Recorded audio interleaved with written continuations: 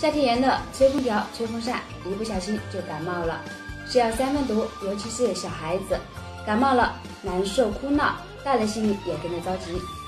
大家好，我是妙招小兰，学习生活小妙招，让生活多姿多彩。感冒咳嗽别再吃药了，教你一个天然小妙招，快速恢复无副作用。首先，我们准备一个橙子、一点食盐、一根清水。将橙子放入清水中洗干净，也可以抹少许食盐搓洗。最好是能将橙子放盐水中浸泡10分钟左右。洗好后，在橙子顶部1-2厘米的地方横切一刀，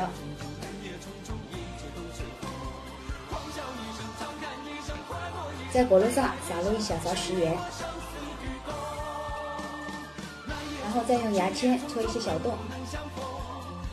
戳小洞的目的是能让食盐更好的渗入到果肉中。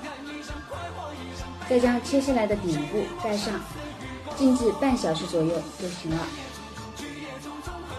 时间到了，我们现在将橙子切开，吃里面的果肉。这个方法不仅能治疗感冒咳嗽，还能化痰、生津止咳。怎么样？非常简单吧？小兰百试百灵哦！记得分享给家人和朋友哦。好了，今天视频就到这里。喜欢小兰视频，记得关注妙招小兰，咱们下期见，拜拜。